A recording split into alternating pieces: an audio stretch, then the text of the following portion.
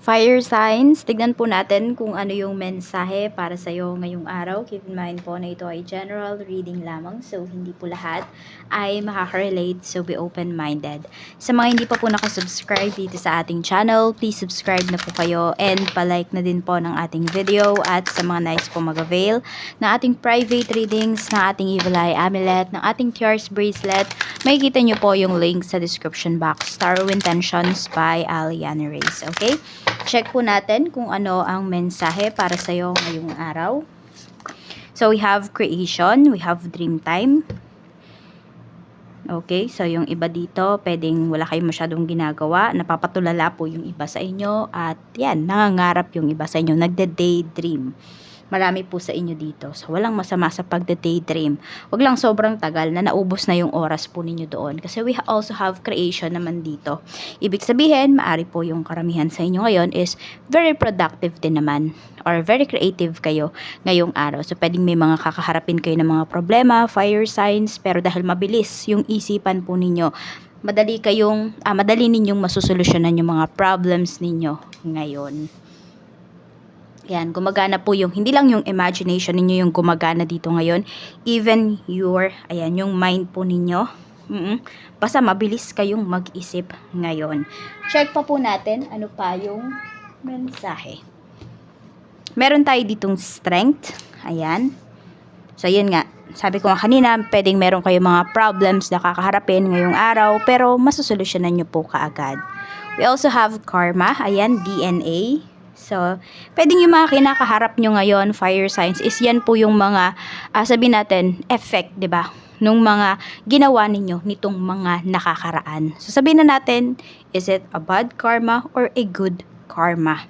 Yan po. So, merong nag-harvest dito ng good karma, meron din namang nag-harvest ngayon ng mga bad karmas. Ganun lang talaga yung life. Kaya, piliin natin na dun tayo sa light pumunta, dun tayo sa mas mabuti na mga gawain.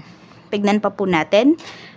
Yung iba naman pala sa inyo is pwedeng karmic, nyo ngayon, karmic year po ninyo. So, meron dito yung Saturn retrograde ninyo. Ano nga itawag dun? Nakalimutan ko, pero yun nga. Yung iba po sa inyo. Basta nakalimutan ko eh. Pero ayun nga po, marami kayong pinagdadaanan. Okay? So, may mga lessons po itong tinuturo sa inyo. Huwag nyong kakaligtaan or huwag nyong baliwalain yung mga lessons na tinuturo po sa inyo nitong mga hindi magaganda namang mga nangyayari sa life po ninyo. Kasi may mapupulot at may mapupulot pa rin naman po kayo dyan. Tignan natin ano pa yung mensahe para sa iyo ngayong araw. Spirit guide, tignan natin. Mensahe po natin kay fire signs. Tignan natin. Ano pa po ang mensahe natin kay fire signs, spirit guide, para po sa mga naghahanap ng trabaho. Tignan natin. Or sa mga may hinihintay. Tignan natin. Kung meron po kayong mga hinihintay dito. Meron pa ba talaga kayong hinihintay? Or wala na? Wala na ba kayong aasahan dyan? Or mayroon pa? Para to sa mga nag-apply ng work, we have 6 of Autumn. We have the Star. And we have Princess of Autumn. So, wag po kayo mag-alala kasi kung meron naman kayong pinag-applyan dito, wait lang daw po talaga kayo. Hindi naman masasayang yung paghihintay ninyo. Ayan po yung sinasabi. Lalo na kung ito po yung dream career ninyo or dream job po ninyo. Hindi po kayo mabibigo. Tignan natin ano pa yung mensahe. Pagdating naman po sa pamilya. So, we have 2 of Summer. Meron tayo ditong 9 of Summer. And we have 8 of Autumn. So, pwedeng meron ditong magpapakasal na family members mo. And nakikita ko kasi parang nagmamadali na sila. Into rush na yung family members mo na to. Hindi ko alam kung may nabuntis ba, kaya nagmamadali po dito na magpakasal agad-agad.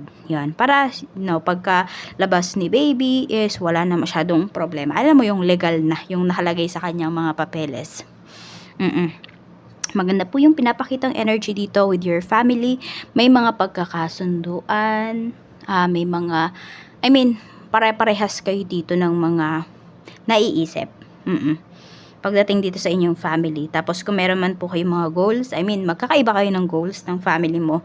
Pero, meron dito fire signs, yung mga goals ng bawat isa ay natutupad talaga siya. Nakukulayan siya ngayon. Kasi nandun din na nagbibigay talaga ng effort yung bawat isa sa inyo. Tignan natin, hindi lang laging nagda-daydream, 'di ba? Gumagawa din ng action doon sa mga pangarap.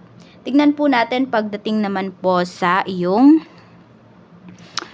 family. Sa friends mo naman, we have 8 of spring. So, pwede ngayong araw na to is meron kang kaibigan na bigla na lang magme-message sa'yo.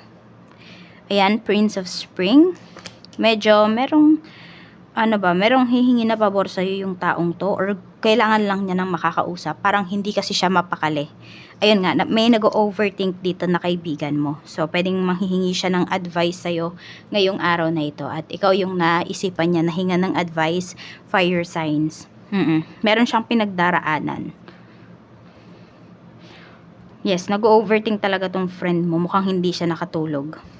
Tignan natin pagdating naman sa love life mo, sa mga single po. We have unity. Ayan, para to sa mga single. Okay. We have Princess of Summer. Just be gentle with yourself. Hindi ko alam kung wala bang nanliligaw sa inyo, wala bang lumalapit sa inyo, or meron ba kayong mga nililigawan, fire signs, pero, pwedeng nire-reject po kayo. Just be patient with yourself. Kapag may mga tao na nagre-reject po sa inyo, ibig sabihin, nire-redirect po kayo dun sa tao na para sa inyo. Kung may mga tao man dito na nasaktan, unahin nyo muna po yung inyong sarili. Okay, kasi hindi kayo magiging masaya talaga if hinahanap niyo yung pagiging masaya sa ibang tao. Kaya ayan po. Maging kind and maging gentle kayo sa inyong sarili. Okay? Meron dito, pwedeng biglaan kayong papasok sa isang relationship. Ayan po. May pagkakasundo kasi. Or ipagkakasundo. Pwedeng merong ipagkakasundo dito. Tignan natin. Or may nirereto sa'yo. Check po natin sa mga in a relationship naman. Sa mga married natin. Ayan po yung energy. We have 7 of Summer. And we have Prince of Autumn. So, sobrang mafe-feel mo naman dito yung love talaga sa'yo ng person mo. Kung paano kanya alagaan. So, meron lang dito pwedeng nagiging possessive. Sobrang kasi. Sabihin natin, sobrang bantay sarado. Ayun yung nakikita ko dito. Sobrang protective po ng person mo. Tapos, meron din ako nakikita dito. Hindi lang siya sa'yo sobrang protective, kung hindi, even sa kanyang mga ginagawa. Kasi, pwedeng meron kang mga bagay na hindi alam na ginagawa ng person mo behind your back. At yun yung iniingatan niya na ayaw niyang malaman mo. Tignan natin. Pagdating naman sa mga single mom, single dad, at saka sa mga byuda. We have 6 of Summer. Some of you, pwedeng may magbabalik po dito sa life ninyo. Kung meron kayong nakarelasyon at bago kayo mag-asawa, bago kayo magkaroon ng anak, pwedeng yung tao na yun bumalik. Kung yun naman ay single, no? Pero kung may bumabalik dito na in a relationship pa, huwag nyong tatanggapin. 'Di ba? Wag nyong hayaan na maging option po kayo dito. Yan, we have Queen of Autumn. So, looks like may babalik talaga dito sa life mo. Pero yung iba naman sa inyo, kung single mom kayo, single dad kayo, or byuda-byudo kayo, pinapakita naman po dito na masaya naman kayo kung ano man yung mayroon kayo ngayon, 'di ba? Kung wala man kayong love life, pero may maayos po kayo na trabaho. So, yan, meron dito nagiging practical na lang talaga. Ayan po, ang pinapakita dito. Tignan natin pagdating naman po sa iyong kaperahan. Okay, sa iyong kaperahan, we have the High Priestess. Always use your mind in terms of your finances. Ayan po, kung kinakailangan daw, umattend kayo ng mga seminars, mga trainings, mga ganyan. Kung yan naman po ay makakabuti po sa inyo, makakapagbigay ng growth sa inyo, huwag daw kayong manghinayang na gastusan po yan. We have 3 of Spring. Meron bang nagbabalak ditong mag-travel. So, ayan po kasi yung pinapakita. More on pag-travel. So, yung iba dito, tignan nyo din po kung may ma-benefit ba kayo dun sa pag-travel na yun. Ano ba yung may experience ninyo or ano ba yung mga expectations po ninyo sa pag-travel na ito. Tignan natin. Okay. Meron din ako nakikita dito. Pwedeng yung paglalaanan nyo po ng pera. Parang may magpapa-extend dito ng bahay. Hindi ko alam kung palawak ba yung extension ninyo or pataas yung pagpapa-extend ninyo ng bahay. Tignan natin ano pa yung mensahe pagdating naman po sa trabaho. Sa mga may current job, we have 3 of winter. So, medyo mag-ingat kayo dito sa mga expectations po ninyo pagdating sa inyong trabaho. We have Princess of Spring. Okay. So, yung iba talaga dito, pwedeng kayo yung sinasabihan na maging creative kayo ngayon pagdating sa trabaho. Pwedeng meron ditong pinipili. Hindi ko lang alam kung para saan ba yung pinipili na yon. Ano ba yung gagawin? Ano ba yung ibibigay? Pero ayun po, magpasikat talaga kayo dito. Ayun yung sinasabi. Maging energetic po kayo pagdating dito sa inyong trabaho. Ipakita nyo talaga yung kakayahan po ninyo. Kasi mamaya nag-expect kayo ng something. Tapos, hindi mo naman pala binigay yung best mo. Or hindi pala yun yung nakita. Kasi pinakamahalaga talaga kung ngayon nangyayari yung pilian na yan. Dapat ngayon ka magpakitang gilas.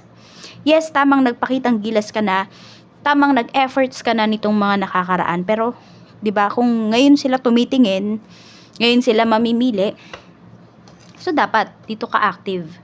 'Di ba? Hindi kahapon. Hindi nung nakaraang linggo, dapat ngayon. Ayan po, para kung meron kang gustong mapasayo, ay mapasayo talaga 'yon. So tignan po natin pagdating naman sa inyong negosyo. So kung magne-negosyo po kayo, ayan, baka may nagbabalak ditong magnegosyo. Tignan natin. We have 6 of Spring. Okay, so pwede na po kayong mag-start. Ayan po yung sinasabi sa inyo dito ni Universe. Actionan nyo na po kung meron kayong gustong ang gawin na negosyo. Kasi magsasucceed talaga kayo dito at makikilala po kayo dito sa larangan ng industry o business industry na pipiliin po ninyo. Tignan natin, pagdating naman sa mga may current job, kamusta ba yung sale? May current business, kamusta ba yung sale ngayong araw? So, we have 10 of Autumn. Napakaganda po ng sales ninyo ngayong araw na ito. Ayan. Okay, alam mo yung secure ka talaga. Yun yung mararamdaman mo dahil sa bugso ng pera, bugso ng mga kliyente na darating po na tatangkilik sa iyong produkto ngayong araw. At ito naman po yung mensahe pa para sa iyo. Mensahe pa po natin, Spirit Guide for fire signs. Aries, Leo, and Sagittarius ngayong araw. So, we have closed doors. No job opportunities. The current job is coming to an end. Start all over again. So, meron ba ditong nakakaranas ng ganito? Na feeling mo parang pinagsakluban ka ng langit at lupa? Mayroon ba? Ayan. Yung trabaho na iniingat-ingatan mo, ayan, pwedeng feeling mo parang malapit na siyang matapos. Naghahanap yung iba sa inyo ng trabaho pero feeling ninyo walang pumapansin sa inyo. Sabi nga is start all over again. Okay? So, okay lang yun kung may nag-reject sa inyo. Oh, yes, masakit yan. Malungkot talaga yan. Pero, baka kasi hindi talaga kayo para doon sa isang sitwasyon na yon, para sa isang trabaho na yon. Huwag nyo pong ipilit. Mas masasaktan lang kayo. Kapag tinatanggap nyo yung isang bagay, kunwari yung pangyayari na to, mas gumagaan po lahat. Kaya kung gusto ninyong gumaan yung mga pangyayari sa life ninyo, accept ninyo kung ano yung nasa buhay ninyo ngayon, maging grateful po kayo. Isa talaga yan. 'Di ba? Bakit sinasabi ninyo? Bakit po ganun? Ang bagal po ng swerte sa buhay ko. Ang bagal po ng mga blessings. Kasi pwedeng hindi kasi kayo nagiging grateful sa kung ano yung mayroon kayo. Lagi kayong naghihintay dun sa mga bagay na wala. So, be grateful. Isa yan para mas madagdagan pa yung mga blessings sa life po ninyo. Iwasan nating magreklamo. Ito po yung inyong lucky numbers. We have number 39, Meron tayo ditong number 6. We also have number 26. Okay, ano pa spirit guide? We have number 40, 11, and number 30. So, 39, 6, 26, 40, 11, and 30. Yan po yung inyong mga lucky numbers. Maraming salamat po. Mag-iingat kayo always and more blessings to come.